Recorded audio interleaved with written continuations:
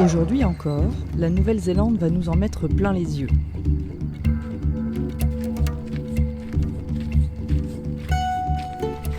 Nous sommes au centre de l'île du Nord et le temps d'une journée, on visite l'un des plus grands parcs thermaux de tout le pays.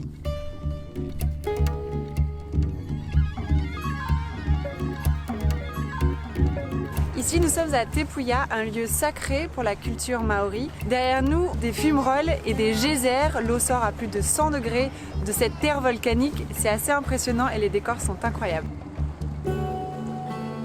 Nous explorons cet environnement naturel de dingue qui s'étend sur 70 hectares.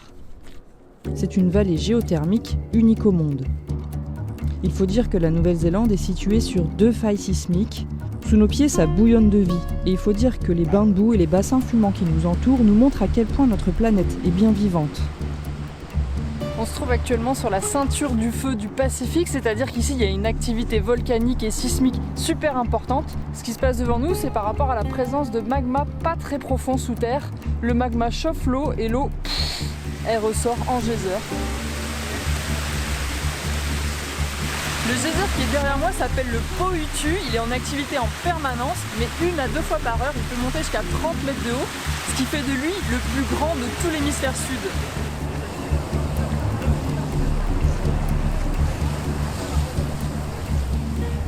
Et maintenant, on va vers les bains de boue. Malheureusement, on ne peut pas se baigner. Dommage. Dommage.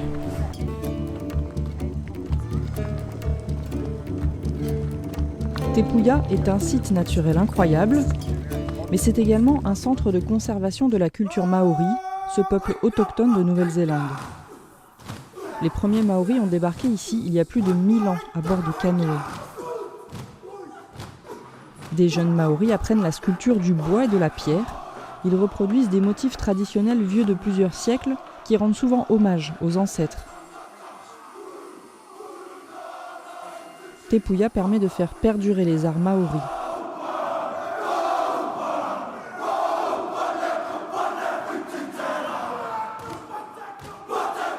À l'intérieur d'une ware nui, la maison commune, nous allons découvrir le véritable haka maori. Haka signifie champ de guerre en maori et il servait à impressionner les ennemis.